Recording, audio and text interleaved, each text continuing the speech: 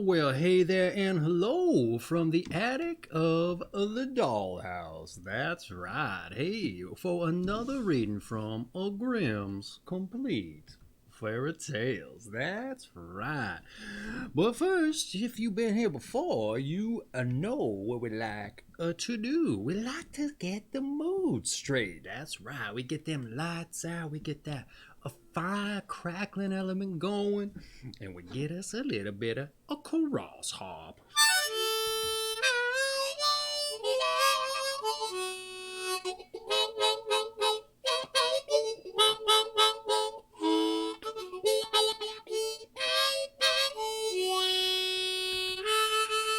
All right.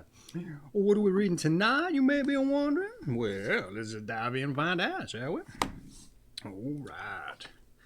The Poor Miller's Boy and the Cat. That's right. Okay, are you comfortable? I hope so. Let's go.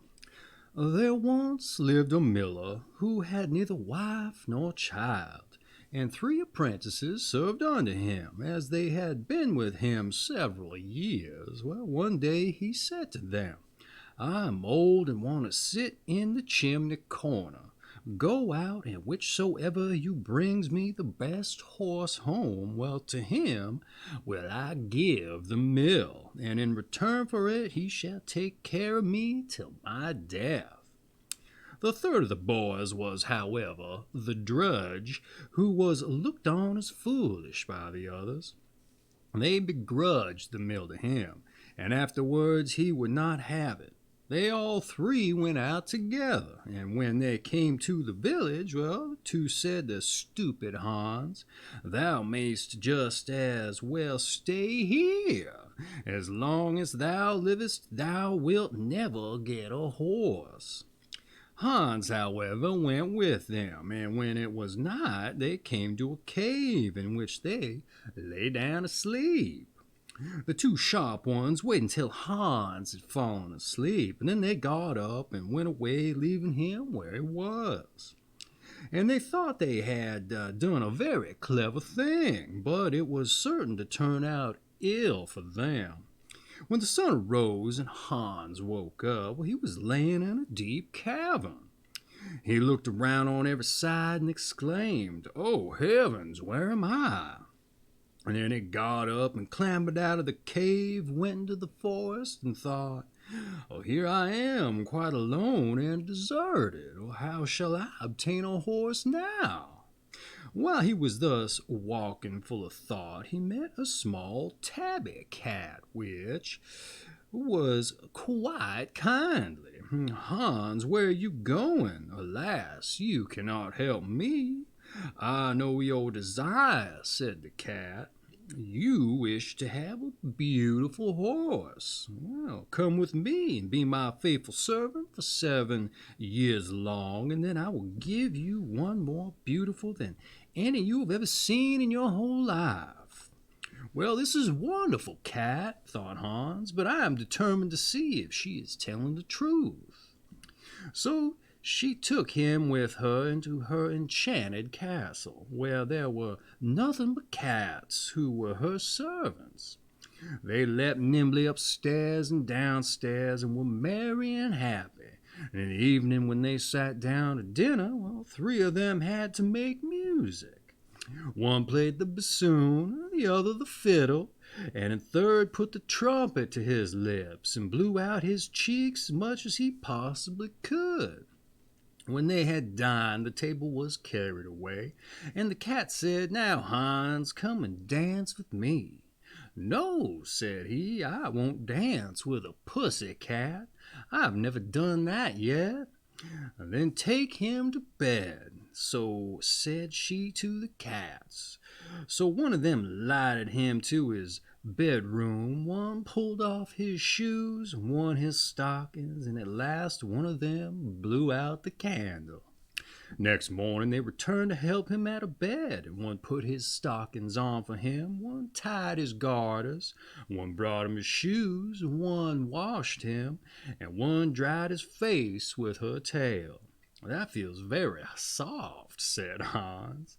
He, however, had to serve the cat and chop some wood every day, and to do that he had an axe of silver, and the wedge and saw were of silver, and a mallet of copper.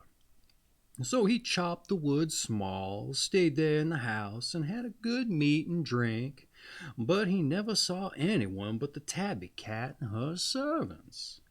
Once she said to him, "Go and mow my meadow, and dry the grass," and gave him a scythe of silver and a whetstone of gold, but bade him deliver them again carefully. So Hans went thither and did what he was bidden, and when he had finished the work he carried the scythe, whetstone, and the hay to the house, and asked if he was not yet time for her to give him his reward. "No," said the cat, "you must first do something for me of the same kind. There is timber of silver, carpenter's axe, square, and everything that is needful, all of silver. With these build me a small house." Then Hans built the small house and said that he had now done everything, and still he had no horse. Nevertheless, the 7 years had gone by with him as if they were 6 months. The cat asked him if he would like to see her horses. "Yes," said Hans. Then she opened the door of the small house, and when she had opened it, there stood 12 horses, such horses so bright and shining that his heart rejoiced at the sight of them. She gave him to eat and drink, and says, "Go home, I will not give you your horse. Away with you. But in 3 days' time I will follow you and bring it." So Hans set out, and she showed him the way to the mill. She had, however, never once given him a new coat, and he had been obliged to keep on his dirty old smock frock which he had brought with him, and which during the 7 years had everywhere become too small for him. When he reached the home, the 2 other apprentices were there against as well, and each of them certainly had brought a horse with him, but one of them was a blind one, and the other lame. They had asked Hans what his horse was. "It will follow me in 3 days' time." They laughed and said, "Indeed, stupid Hans, where will you get a horse? It'll be a fine one." Hans went into the parlor, but the miller said he should not sit down to table, for he was so ragged and torn that he would have been ashamed of him if anyone came in. So they gave him a mouthful of food outside, and at night, when they went to rest, the 2 others would not let him in to have a bed. And at last he was forced to creep into the goose house and lie down on a little hard straw. In the morning when he awoke, 3 days had passed, and a coach came with 6 horses, and they shone so bright that it was delightful to see them. And a servant brought a 7th as well, which was for the poor miller's boy. A magnificent princess alighted from the coach and went into the mill, and this princess was the little tabby cat, whom poor Hans had served for 7 years. She asked the miller where the miller's boy and drudge was. Then the miller said, "We cannot have him here in the mill, for he is so ragged. He is lying in the goose house." Then the king's daughter said that they were to bring him immediately. So they brought him out, and he had to hold his little smock frock together to cover himself. The servants unpacked splendid garments, washed him and dressed him, and when that was done, no king could have looked more handsome. Then the maiden desired to see the horses which the other apprentices had brought home with them, and one of them was blind and the other lame.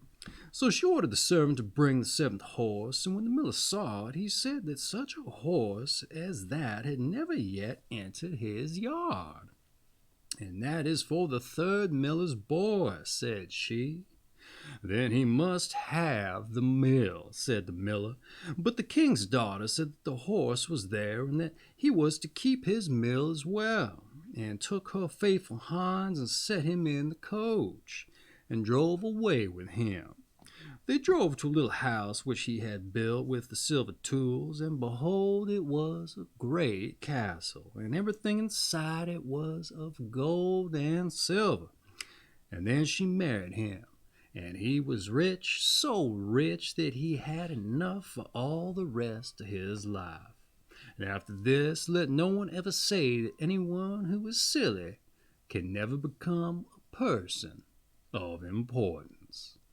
Well, I dare say that one was a little bit of a tough read. Everybody was a princess, then a cat, and then a he and a she, and all over the place there.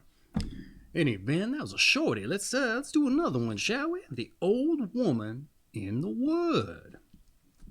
A poor servant girl was once traveling with the family she served through a great forest, and when they were in the midst of it, robbers came out of a thicket and murdered all they found. All perished together except the girl, who had jumped out of the carriage in a fright and hidden herself behind a tree.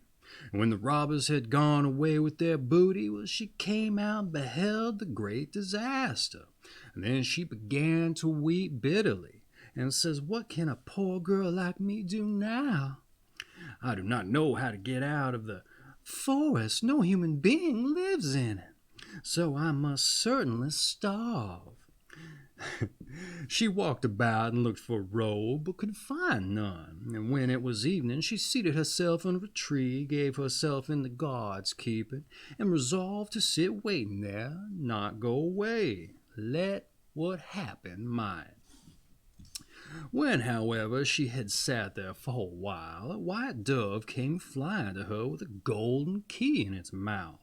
It put a little key in her hand and said, "Do you see that great tree? Therein is a little lock, and it opens with the tiny key. Inside the tree you will find food enough and suffer no more hunger." Then she went to the tree and opened it, and found milk in a little dish, and white bread to break into it, so that she could eat her fill. And when she was satisfied, she said, "It is now the time when the hens at home go to roost. I am so tired I could go to bed too." Then the dove flew to her again and brought another golden key in its bill, and said, "Open that tree there, and you will find a bed." So she opened it and found a beautiful white bed, and she prayed God to protect her during the night, and lay down and slept. In the morning the dove came for a third time, and again brought a little key, and said, "Open that tree there, and you will find clothes." And when she opened it, she found garments beset with gold and with jewels, more splendid than those of any king's daughter. So she lived there for a time, and the dove came every day and provided her with all she needed, and it was quite a good life. Once, however, the dove came and says, "Will you do something for my sake?" "With all my heart," said the girl. Then said the little dove, "I will guide you to a small house. Enter it, and inside an old woman will be sitting by the fire and will say, 'Good day,' but on your life give her no answer. Let her do as she will, but pass by her on the right side.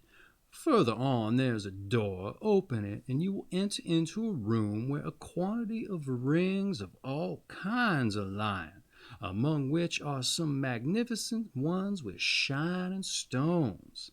Leave them, however, where they are, and seek out a plain one, which must likewise be among them, and bring it here to me as quickly as you can."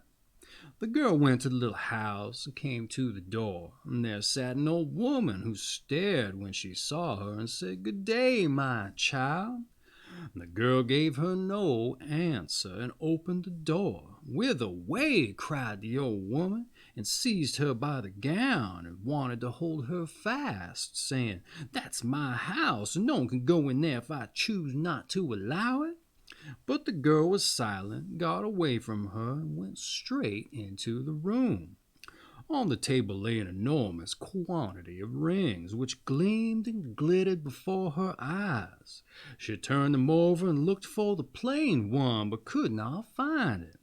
While she was seeking, she saw the old woman and how she was stealing away and wanting to get off with a bird cage which she had in her hand. So she went after her and took the cage out of her hand, and when she raised it up and looked into it, well, a bird was inside, which had the plain ring in its bill. Then she took the ring and ran quite joyously home with it, and thought the little white dove would come and get the ring, but it did not. And then she leant against a tree and determined to wait for the dove, and as she thus stood, it seemed just as if the tree was soft and pliant, and was letting its branches down, and suddenly the branches twined round her, and were two arms, and when she looked round, the tree was a handsome man, who embraced and kissed her heartily, and said, "You have delivered me from the power of the old woman, who was a wicked witch. She had changed me into a tree, and every day for 2 hours I was a white dove. And so long as she possessed the ring, I could not regain my human form." Then his servants and his horses, who had likewise been changed into trees, were freed from the enchantment also, and stood beside him, and led them forth to his kingdom, as he was a king's son. And they married and lived happily. And that has been The Old Woman in the Wood and The Poor Miller's Boy and the Cat, from Grimm's Complete Fairy Tales. That's right. Okay, I got an affiliate link for this book down in the description if you want to pick up your own copy or support the channel by shopping through it. Here nor there, but if you want to do so, I'd appreciate it. Help me regain the power to get the energy back into these reads. I tell you what. I don't know about tonight's reads. That second one is a little bit better, but that first one's, my lord, difficult to read. Anyhow, let's do a little crossharp and I'll let you get on with your day there.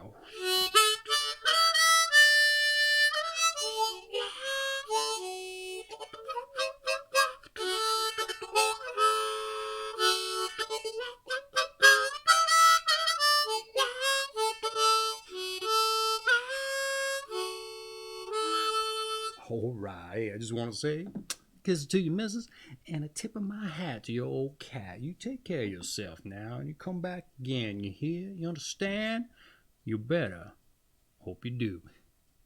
Stay hard out there, all right? Okay, yeah.